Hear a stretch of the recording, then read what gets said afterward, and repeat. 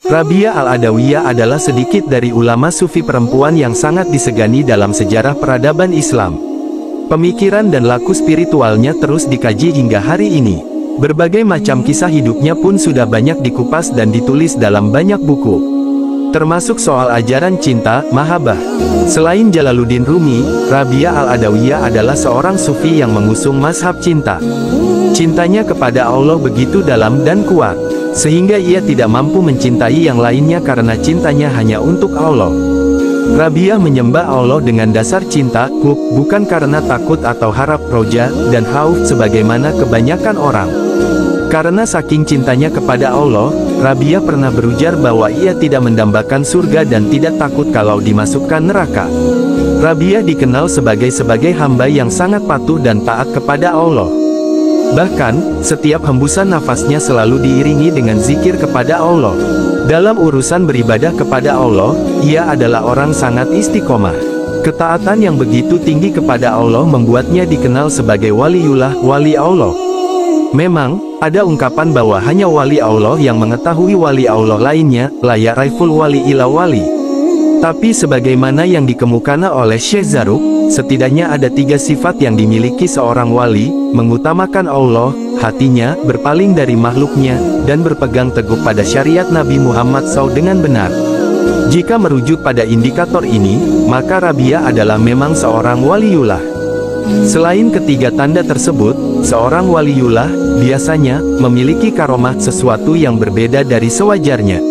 Dalam hal ini, Rabiah juga memiliki cerita dan kisah yang menggambarkan karomahnya. Berikut adalah sejumlah karomah yang dimiliki oleh Rabiah Al-Adawiyah sebagaimana yang tercantum dalam buku Rabiah, Pergulatan Spiritual Perempuan karya Margaret Smith.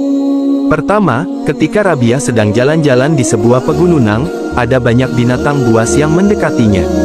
Anehnya, binatang-binatang tersebut tidak menyerang Rabiah dan sangat jinak kepadanya. Mereka bermain bersama. Tiba-tiba, Hasan Al-Basri muncul dan mendekati Rabiah. Seketika binatang-binatang buas tersebut menampakkan wajah buasnya dan pergi meninggalkan Hasan Al-Basri. Kedua, suatu hari Rabiah melakukan perjalanan haji ke Baitullah Mekah dengan menaiki unta.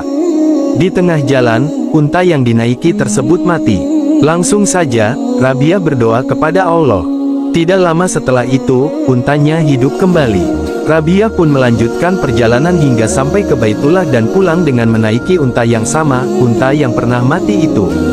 Ketiga, suatu malam ada 2 orang teman Rabiah yang datang ke rumahnya. Mereka hendak melakukan diskusi bersama dengan Rabiah. Naasnya, rumah Rabiah tidak memiliki lampu penerang. Lalu Rabiah meniup ujung jari-jarinya hingga kemudian mengeluarkan cahaya yang terang dan menerangi seluruh rumahnya sepanjang malam. Dengan demikian, mereka bisa berdiskusi hingga pagi hari. Keempat, pada suatu malam rumah Rabiah didatangi oleh tamu yang tidak diundang. Tamu tersebut hendak mencuri pakaian Rabiah. Ketika sudah mengangkut semua baju Rabiah dan hendak kabur, pencuri tersebut bingung karena tidak menemukan pintu keluar. Namun, ketika sang pencuri meletakkan barang curiannya tersebut, ia menemukan ada pintu keluar. Sang pencuri mengulang perbuatannya itu, mengambil dan meletakkan barang Rabiah sebanyak 7 kali. Hingga akhirnya sang pencuri mendengar ada hatif, suara tanpa rupa, yang mengatakan, "Wahai manusia, jangan engkau persulit dirimu sendiri. Perempuan ini telah mempercayakan dirinya kepada kami selama bertahun-tahun. Setan pun tidak berani mendekatinya." Mendengar suara itu, pencuri tersebut lari terbirit-birit tanpa membawa secuil barang pun dari rumah Rabiah.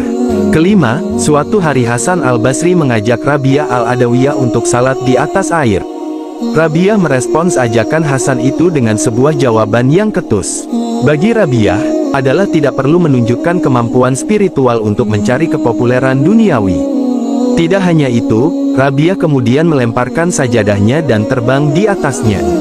Ia mengajak Hasan untuk naik di atas bersamanya sehingga lebih banyak orang yang mengetahuinya, daripada hanya sekedar salat di atas air. Hasan tahu jawaban yang diutarakan Rabiah itu adalah sindiran. Mendengar hal itu, Hasan hanya terdiam. Selain kelima cerita di atas, tentu masih banyak lagi kisah-kisah yang menceritakan tentang karomah Rabiah Al-Adawiyah. Namun satu yang perlu diketahui bahwa karomah yang diberikan kepada Rabiah adalah tanda bahwa Allah memberkahinya.